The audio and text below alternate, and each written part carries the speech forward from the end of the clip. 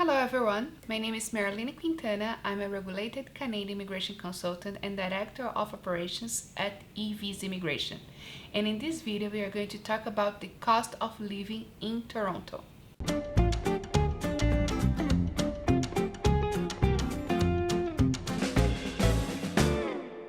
It is important to say that we do weekly videos in our channel, so if you are interested in the subject of living, studying, working, or immigrating to Canada, it is very important for you to follow our channels.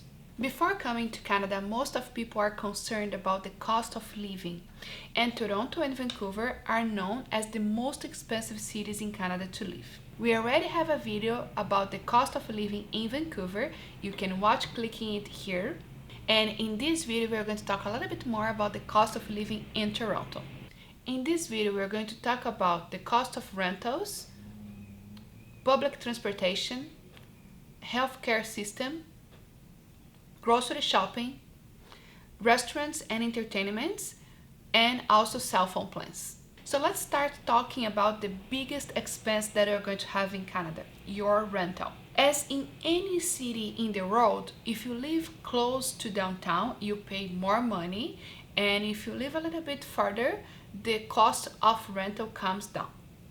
If you wanted to live in downtown area in Toronto, a one-bedroom apartment will cost you an average of $2,250 per month. If you live a little bit further, you can find a one-bedroom apartment for the cost of $1,800 a month. The cost may vary according to the building, if it is a new building, if it is an older building, and also considering the amenities that are offered in the building. In Toronto, in most cases, you also have to consider the insurance for the rental, which will cost you about $35 a month. It is important to say that utilities like gas, electricity, and water are not usually included in the rental, and you have to consider this expense on top of the rental costs.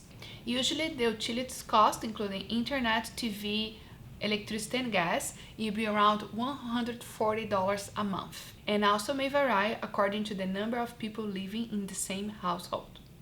Now let's talk about public transportation. In Toronto, you have a very good public transportation system that includes subway, trains, buses, and also streetcars. And you can have a card that's called Presto Pass that can give you coverage to the entire public transportation system in the city of Toronto.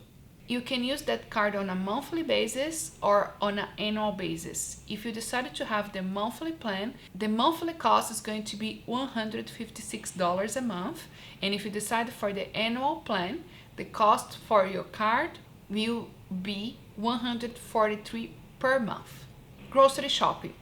The cost of grocery shopping shouldn't vary much if you compare different cities. The variation should be very, very small.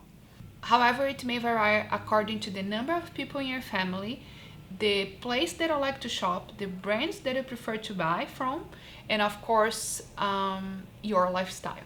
On average, a single person spends about $300 per month in grocery shopping, while a couple will spend between $600 to $800. If you choose to buy from more expensive supermarkets, this cost may increase between 10 to 30%. Cost of health plan. In Ontario, the public health plan is free of charge for those who have the work permit or the permanent resident status. However, if you are a student in Canada, you won't have access to the plan, and you must have the private plan to cover your entire period of studies. The cost for a private plan may vary according to the age and if you have already any other preconditions related to your health. So it is on a case-by-case basis. Make sure to reserve the budget to be covered because it is very important to avoid any surprises in the health area. Moving to a new country can be very stressful, and most people plan to spend only what is extremely necessary. But I would like to recommend you guys to have on the budget at least 1 or 2 nights on a monthly basis for you to go with your spouse to a restaurant and have a relaxing, entertaining moment for you and your family. Usually in Toronto, you can have a very good meal with one drink for $60 the couple. Or if you go a little bit fancier, you can spend an average of $100 per dining. There are cheaper options, and of course depends on the restaurant you choose, the location, and of course what you order. So on a budget planning situation, I would recommend at least $200 for restaurant and entertainment. Now we're going to talk about cell phone plans. It is very important for you to have a cell phone in Canada with a local number, because if you are looking for a new job and you don't have a local number in your resume, many times the employer may just disregard your resume because they may believe that you are not in Canada. That's why it's very important for you to have a local phone number.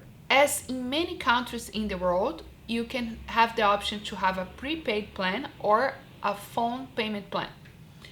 On the payment plan, you usually have the option to have a device as part of the plan, and you will have a portion of the payment put on the side for the payment of the device. On the prepaid plan, most of the time you have to have your own device. The average monthly cost for your phone payment plan, it is usually $70 a month and includes unlimited calls and usually 10 gigs of data, which is a very good option to choose from. If you prefer to be more on the budget, the prepaid options start from $25 a month. There are several carriers to choose from, and the most popular ones are Telos, Rogers, and Fido. So that's all for today. I hope you guys liked this video. If you did, please give us a thumbs up, subscribe to our channel, and follow us on our social media. Thanks for watching. Goodbye.